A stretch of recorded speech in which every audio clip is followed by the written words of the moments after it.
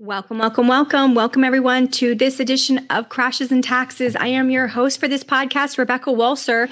And if you've never joined us before, welcome to finding a great new way to understand the world of finance, taxes, the markets, crashes, market bears, market bulls, and the dreaded what's going to happen this year question.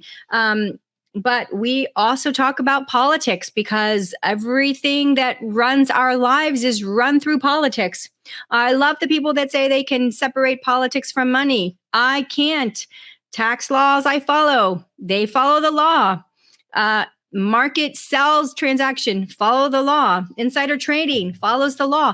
Everything to do with economics is all about monetary policy and fiscal policy, which is determined by politics. So I don't know how people talk about money without talking about politics, but it is a subject that comes up from time to time, certainly a subject that we talked on a lot during coronavirus because of all of the CARES, HEROES, and AFP Act, American Family Plan. All of those things, along with the Federal Reserve printing buying $120 billion of paper a month, basically $1.3 trillion a year, gave us about $8 trillion of U.S. stimulus. 40% of our money supply that is in circulation has been printed in the last several years. We are hyperinflating our money. And 2022 is going to be the correction year, which means it's going to be the correction year for the market. That in and of itself is enough to make anybody a little bit nervous. But we combine that with all of the other geopolitical and macroeconomic factors, and we are in some problems. It's just the way it goes. It's the way of the world, and we got to fix it. So we come together every week. Sometimes I'm traveling. I do travel the world. I do travel quite a bit. And sometimes every week isn't possible, but I try as much as I can to give you guys at least a 15-minute snapshot of what the heck is going on in this world every week here on Crashes and Taxes. So please subscribe, give us a 5-star review if you watch us every week, and tell your friends. How are they ever going to know they could be getting all this great information if you don't tell them? So please, please, please subscribe and, basically tell your friends so that we can be on their radar as well. So I want to talk to you this week about war, and how it's impacting everything. So if we go back to 2020, in 2020, we look at the top 3 producers of oil. So it might be a surprise to you, but the United States was the single largest producer of oil, over 11 million barrels per year in 2020, followed by the second single largest producer, which is Russia, over 10 billion barrels a day of oil produced. And then following that, Saudi Arabia, 9+ billion barrels of oil today per day produced. So that's, again, the United States with over 11 billion barrels, Russia with over 10 billion barrels, and Saudi Arabia with over 9 billion barrels. And this is why our gas prices plummeted. Of course, in the middle of coronavirus, we didn't have any demand either, so the values plummeted even more. We were completely energy independent for the first time in the history of our country in 2020.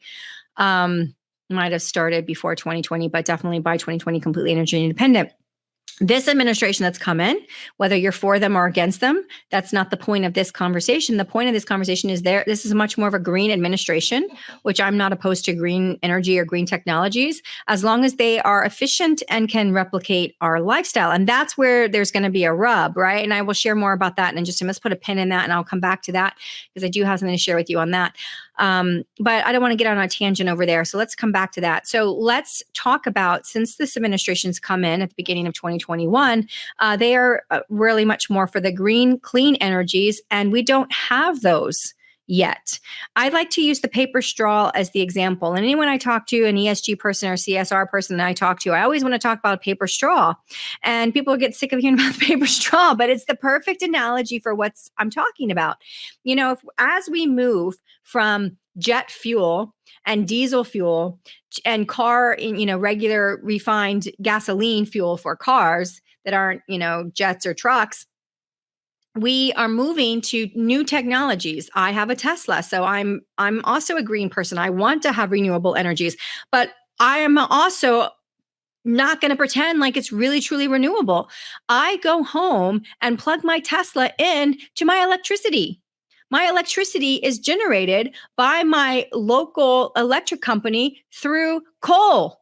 It is a coal produced energy. So while the electricity itself isn't burning fossil fuels in my car to get to work, the energy that gets pumped in the form of electricity is still generated through coal. And we don't have enough electricity for the whole world to switch their cars to be electric. We just don't. We don't have enough electricity. So while it delays diesel being burned or fossil or petroleum being burned on the road itself to power my car, it is still being powered by coal through electricity. So the paper straw example is simply the example of all of a sudden, 2 years ago, 3 years ago now, maybe all the restaurants, went to paper straws. It was like this universal, like plastic straws are out. We're going to paper straws. I don't mind a paper straw. I don't mind a paper straw at all, as long as I can enjoy my drink and that might take me 15, 20 minutes to drink a drink if I'm drinking it through the course of an appetizer, a meal, or whatever. I want my straw to last. If I have to get another straw from you in 20 minutes, didn't actually replace the plastic straw. It is an inferior, subpar replacement. And so, when we are talking about moving to green energy, we don't have a green energy right now. And I've just talked to the experts at a very high level. There's no green energy right now that can fuel a plane. A jet plane. There's no energy that is strong enough to propel a jet plane. So the question is, if we all agree in society as a whole worldwide that we want to move to green energy, which we probably all do at a core believe that we should preserve our planet and preserve our earth and leave it for our future generations and not be the generation that literally, takes up the earth. We all on a fundamental human basic level can agree to that.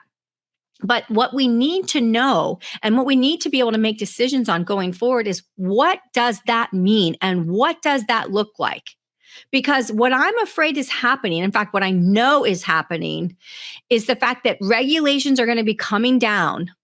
Starting in the European Union through the IFRS system, regulations are going to be coming down that dictate the new CSR. So it used to be ESG. ESG, for those of you that don't understand what an ESG fund is or what an ESG friendly, investment is, it stands for an investment that is cares and has migrated and mitigated the environmental sustainability and governance that they need to have in their process of bringing their good or service to fruition. They implement an ESG process that basically assigns economic value to the carbon that they spend, and then they do things to proactively reduce that carbon, either by planting trees or many other different things that are carbon offsets.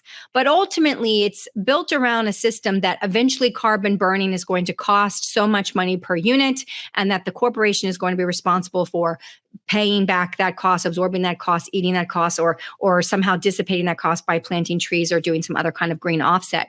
So that ESG is giving way now to something called CSR, which stands for corporate social responsibility. Corporate social responsibility is the next frontier beyond ESG, where we're not just talking about the environment, but now we're talking about corporations acting like people and deciding what DEI, diversity, equity, and inclusion methodology should we have from the very beginning, that we make sure that we have a representation of maybe not even what society really looks like as terms of a percentage, but we just make sure that there's diversity there. CSR is the new thing that's coming to replace ESG, but I'm going to digress back to my point. And they're going to implement CSR starting with the European Union and using the IFRS, or the International Financial Reporting Standards, which is their internal accounting, similar to GAAP, generally accepted accounting principles here in America.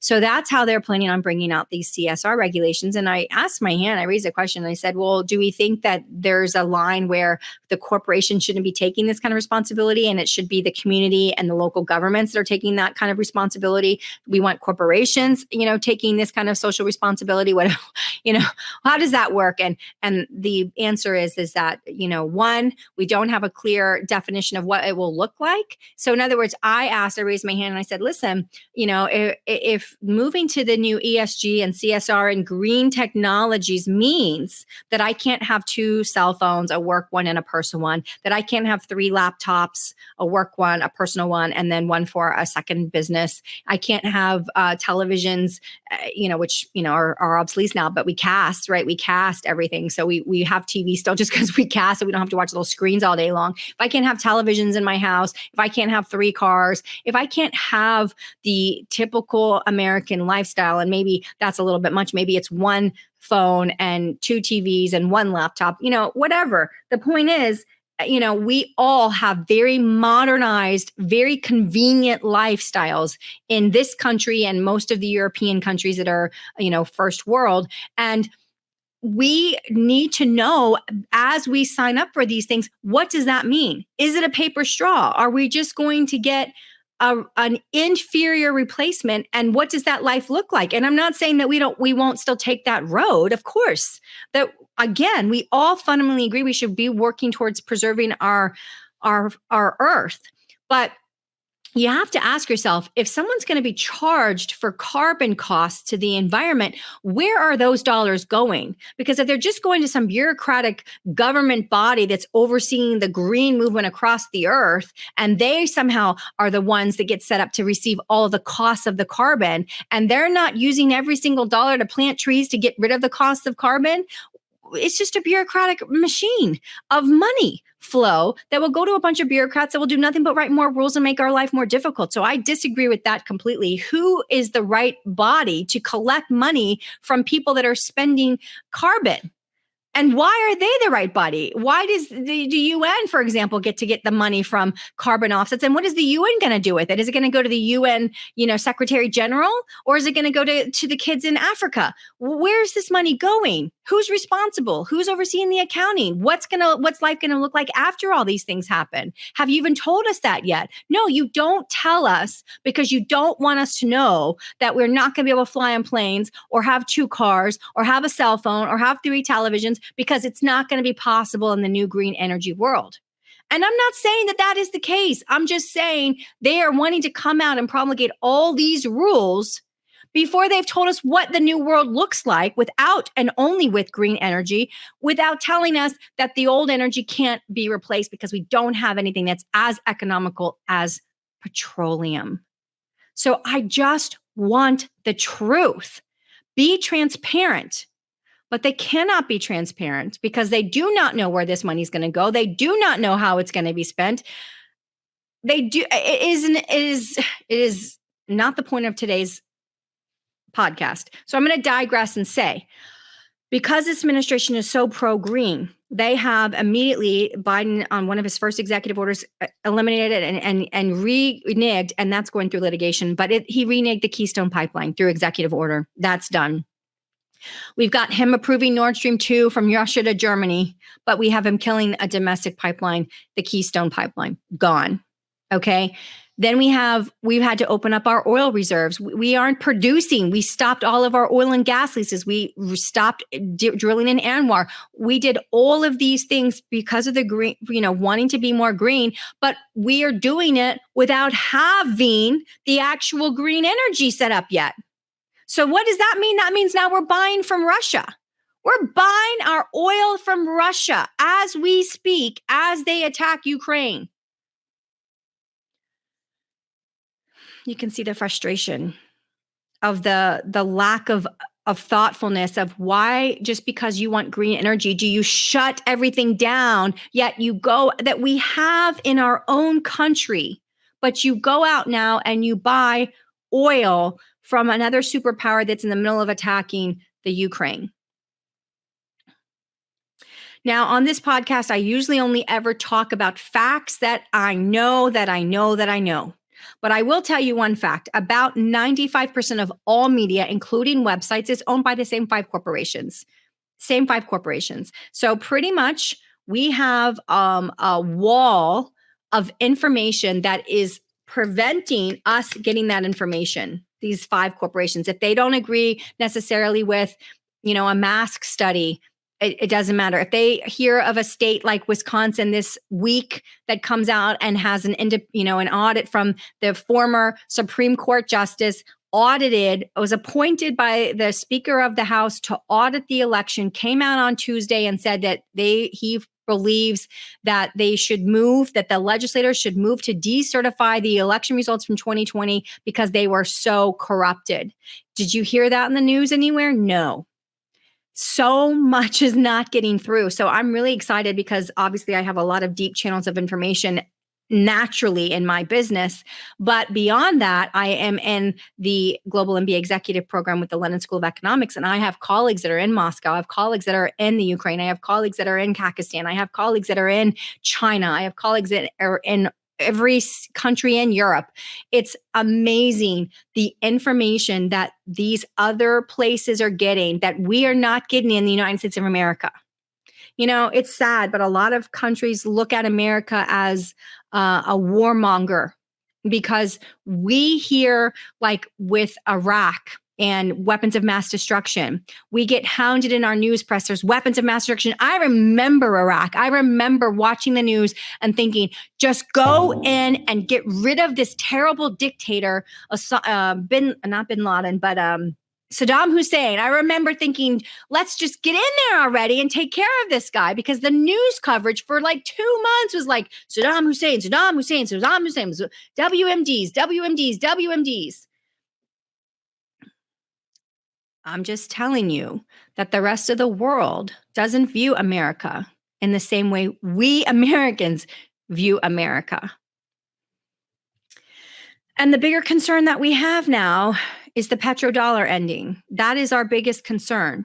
This is the biggest thing that's ever happened since 1944 Bretton Woods Agreement, where the dollar became the world reserve currency. You have to remember that in February of 1974, Henry Kissinger went to Saudi Arabia and worked out a deal on behalf of the administration, Nixon, to basically say no oil sales from OPEC producing nations outside of the US dollar. There's where the petrodollar came from, 1974.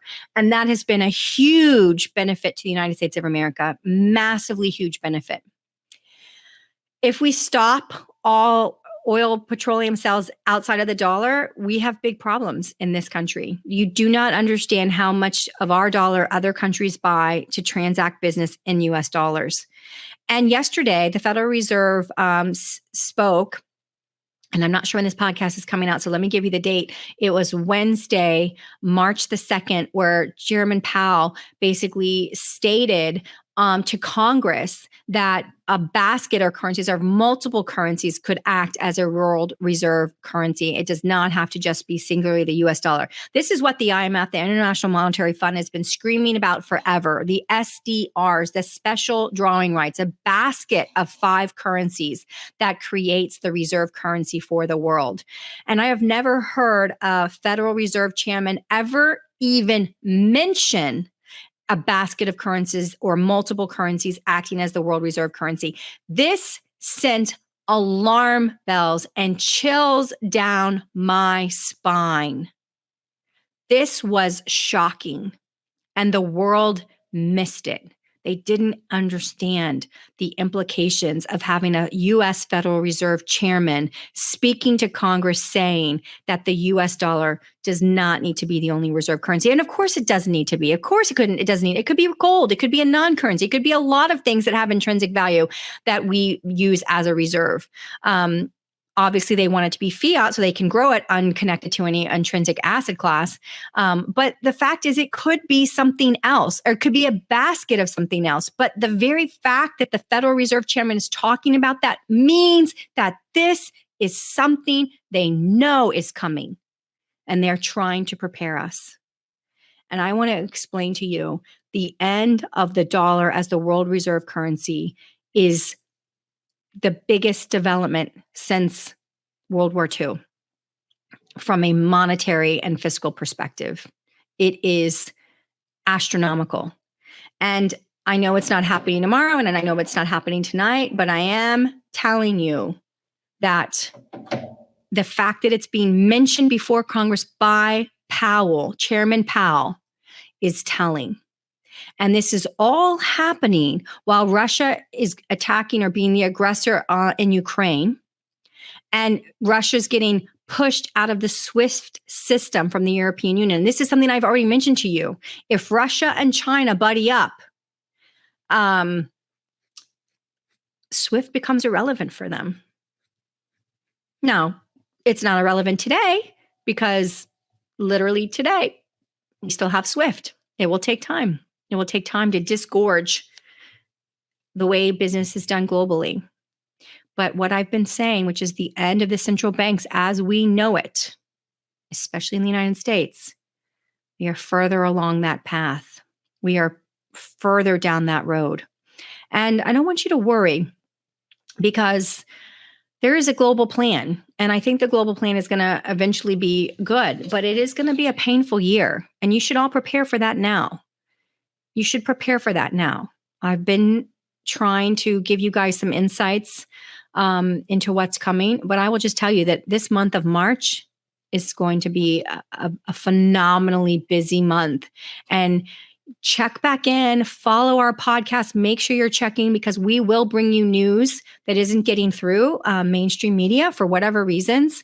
They just pick the stories they want, or they have an agenda that we don't know about. It's way beyond my philosophy or head. And it's all about money. The money rules the world. It's eventually all about who ultimately runs and controls the world. And so that's what's happening, but the central banks are changing. Things are going to change very rapidly now with these central banks. And we have to be aware of it and we have to be on alert. And it's just a shame that all of this stuff is happening now while we're so energy crippled and dependent again on Saudi Arabia and Russia. While we don't agree with their politics, we are funding their initiatives. And whether you're for Putin or against Putin, I wasn't making a comment about Putin. I will tell you that the rest of the world is getting a lot more information about these biological weapons labs that the U.S. has funded in the Ukraine.